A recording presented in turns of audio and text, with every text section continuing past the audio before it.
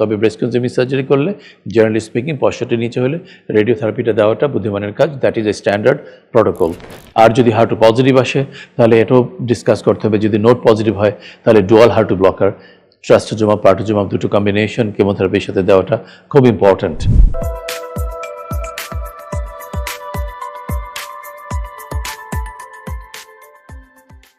আসসালামু আলাইকুম viewers. Breast cancer যেভাবে বেড়ে যাচ্ছে আমাদের কাছে প্রায়শই কোশ্চেন আসছে, আমরা কোন চিকিৎসাটা কার জন্য অ্যাপ্রোপ্রিয়েট রয়েছে? ব্রেস্ট ক্যান্সার মানে কি সবসময় ব্রেস্ট কেটে ফেলে দেওয়া? ব্রেস্ট ক্যান্সার মানে কি সবাইকে গণহারে কেমোথেরাপি দেওয়া? ব্রেস্ট ক্যান্সার মানেই কি সবাইকে অন্যান্য টার্গেটেড ইমিউনোথেরাপি বা হরমোন থেরাপি এগুলো দেওয়া? এটা কি ইন্ডিভিজুয়ালাইজড এবং সবার সব চিকিৎসার প্রয়োজন হয় না। তবে এটা সত্যি কথা, যদি ক্যান্সারটা প্রাথমিক পর্যায়ে ধরা পড়ে এবং এটা যদি সার্জিক্যালি রিসেক্টেবল হয় তাহলে সার্জারি একটা বড় রোল রয়েছে। এটার মধ্যে এটাও আমাদের সিদ্ধান্ত নিতে হবে ব্রেস্ট কনজিউমিং সার্জারি না ম্যাস্টেক্টমি। সর্বোচ্চ চেষ্টা থাকা উচিত ব্রেস্ট কনজিউমিং সার্জারির মাধ্যমে চিকিৎসা দেওয়া।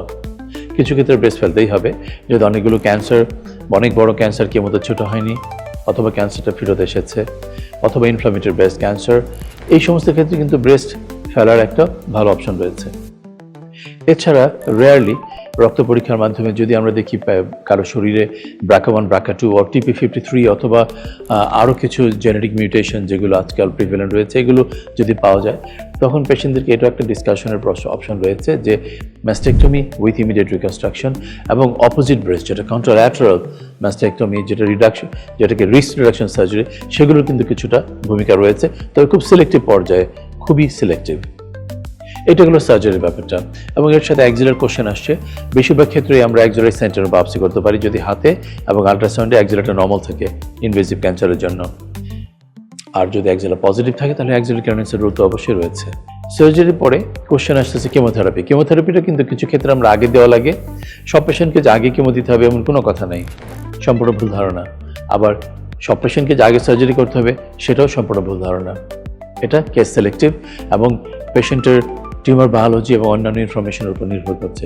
ক্যান্সার পেশেন্টের ইমিউনোহিস্টোকেমিস্ট্রি যেটা কোর বায়োপসির মাধ্যমে জানা যায়, সেটা যদি ট্রিপল নেগেটিভ হয়, যেরকম ইস্ট্রোজেন হরমোন, প্রজেস্টেরন, হার্টুটা যদি নেগেটিভ থাকে, অথবা যদি ইস্ট্রোজেনটা নেগেটিভ থাকে, অথবা হার্টু যদি 3+ পজিটিভ থাকে, এগুলোর ক্ষেত্রে আমাদের চেষ্টা থাকা উচিত টিউমারটা 2 সেন্টিমিটার বড় হলে আগে একটা হাইড্রোজেন মার্কার দিয়ে তাকে কেমোথেরাপি দিতে হবে।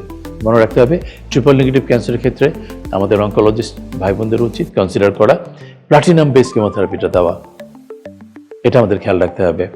আর যদি হার্টু পজিটিভ আসে তাহলে এটাও ডিসকাস করতে হবে। যদি নোট পজিটিভ হয় তাহলে ডুয়াল হার্টু ব্লকার, ট্রাস্টোজোমাব পার্টোজোমাব দুটো কম্বিনেশন কেমোথেরাপির সাথে দেওয়াটা খুব ইম্পর্ট্যান্ট। এবং আমাদের এখানে খেয়াল রাখতে হবে আমরা হাইড্রোজেন মার্কার বা যে কোনো মার্কার ইনজেক্ট করাটা থেকে যেন ভুলে না যাই। নোট যদি পজিটিভ হয় তাহলে জেনারেল একটা ধারণা যে সার্জারির পরে কেমোথেরাপি লাগবে, কিন্তু কেউ যদি খুব বেশি এটাকে অ্যাভয়েড করতে চান তাহলে ওয়ার্ল্ডে একটাই ল্যাব রয়েছে ইউএসএতে, যেখানে আমরা ক্যান্সারের টিস্যুটা ইংল্যান্ড থেকেও পাঠাই, ঢাকা থেকেও, ইভেন আমার current Japan Marajo friendship hospital থেকেও বেশ কিছু পেশেন্টের স্যাম্পল আমরা ইউএসএতে পাঠিয়েছি।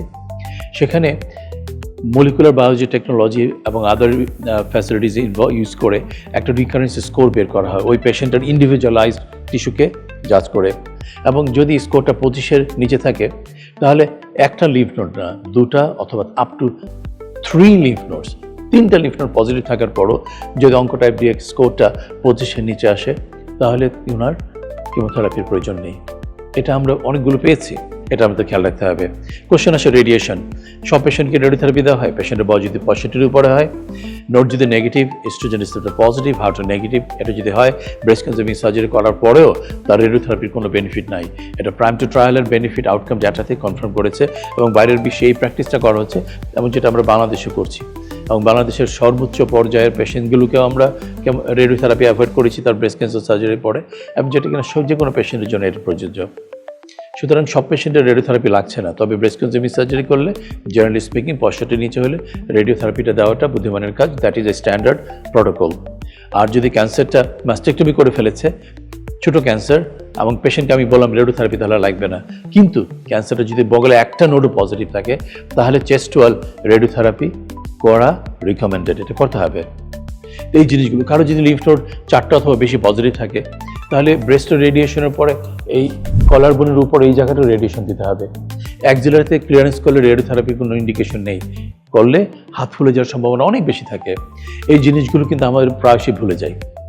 এখন রয়েছে CDK4/6 ইনহিবিটর থেকে শুরু করে PARP ইনহিবিটরস, এই ধরনের ড্রাগগুলো hormone positive triple negative patients individualise করে, অথবা oral chemotherapy capecitabine triple negative পেশেন্টদের ক্ষেত্রে কিমোর পরে যদি রেসিডুয়াল ক্যান্সার থাকে তখন এটা ওরাল দেওয়া যায়। এই যে কতগুলো সিস্টেম রয়েছে, এগুলো কিন্তু ইম্পর্টেন্ট যে কোন পেশেন্টকে কাকে দিতে হবে।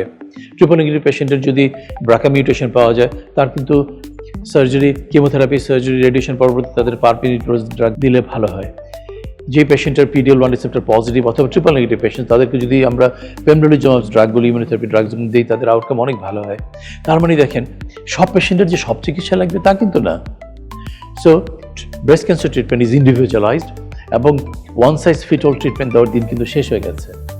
এবং যদি আমরা পেশেন্টের ক্যান্সার ট্রিটমেন্ট আউটকাম ভালো করতে চাই তাহলে আমরা এই ইন্ডিভিজুয়ালাইজড ট্রিটমেন্টগুলোকে ইন্ডিভিজুয়াল পেশেন্টকে অফার করতে হবে through a collaborative approach with surgeon, oncologist together. আপনারা সবাই সচেতন থাকুন, সুস্থ থাকুন, ভালো থাকবেন। আসসালামু আলাইকুম।